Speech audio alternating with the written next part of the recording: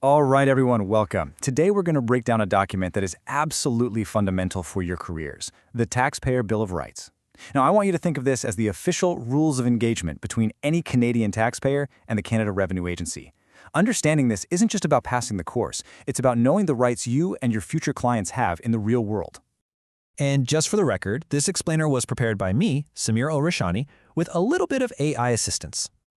So let's just start with the most important question right out of the gate. What are your rights when you're dealing with a CRA? Whether you're filing your own simple return or, down the road, handling a really complex corporate file for a client, knowing the answer is absolutely critical. This Bill of Rights, that's our guide. Okay, so here's the roadmap for what we're going to cover. First, we'll look at what this bill even is. Then, we'll dive into the fundamental rights that form the bedrock of the system. We'll walk through what to do when you disagree with the CRA, explore the standards of service you can expect, and then flip it around to see what the CRA's duties are to you. We'll wrap up with a special look at small businesses. So, what exactly is this bill we keep talking about?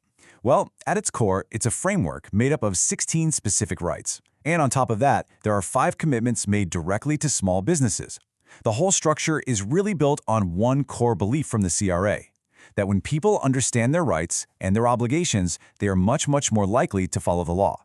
It's all about creating a system that feels transparent and fair for everybody.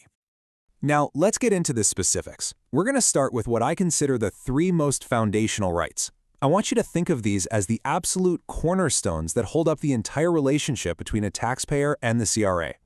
First up, we have right number 1. And listen, this isn't just another item on a list. You can make a strong case that this is the single most important principle in the entire Canadian tax system. This right is the bedrock of fairness. It's a two-way street. On one hand, it guarantees that every taxpayer gets all the benefits and credits they're entitled to. We're talking things like GST credits or the candidate child benefit. On the other hand, it ensures they only pay the exact amount of tax required by law, not a penny more and not a penny less. It's the core promise of the whole system. Okay, next up is the second fundamental right. This one is really rooted in Canada's identity as a bilingual country. This one's pretty straightforward, but it is so important. Under the Official Languages Act, every single taxpayer has the guaranteed right to talk to the CRA and get service from them in either English or French. No exceptions.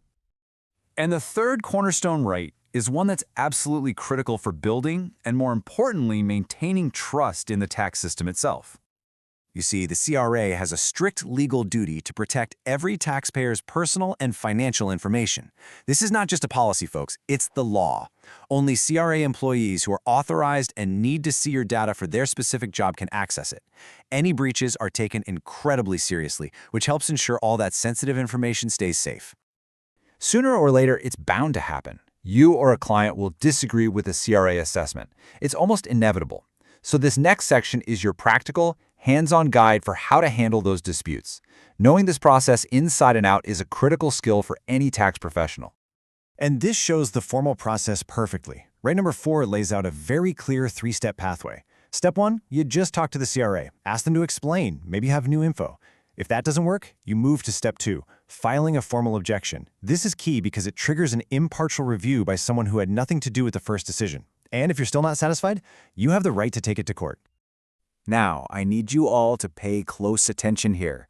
This slide has a critical warning that you absolutely must understand, because even while you're going through this whole objection process, the clock on interest is still ticking. This brings us to right number 7.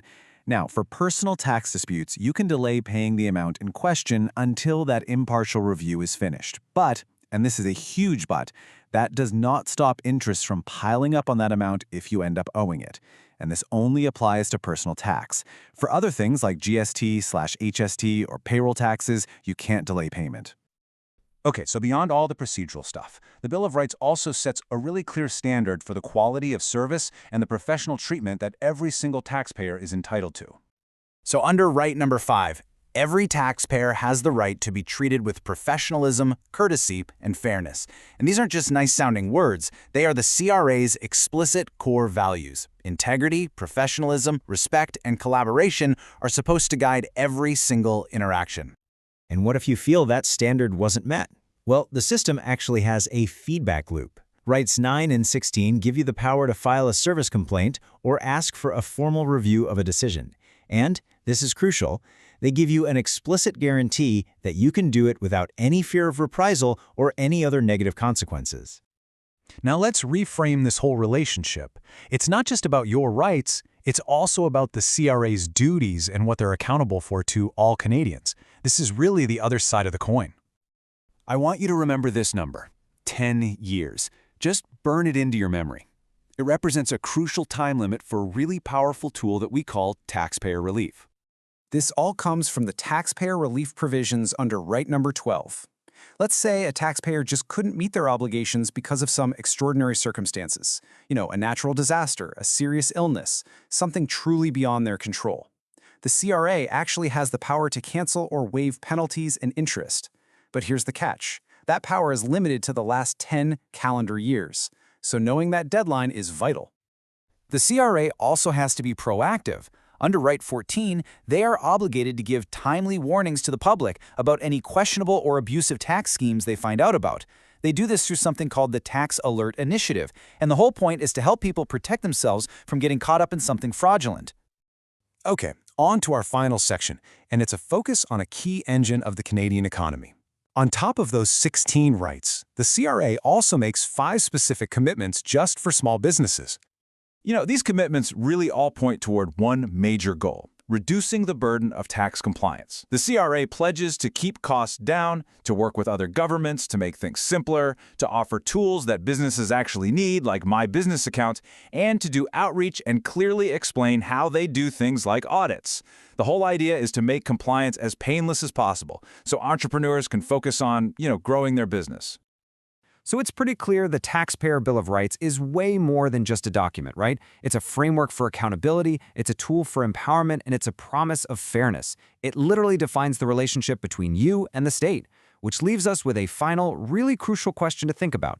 How does a framework like this ultimately build, or maybe even erode, public trust in our entire tax system? That's definitely something worth chewing on.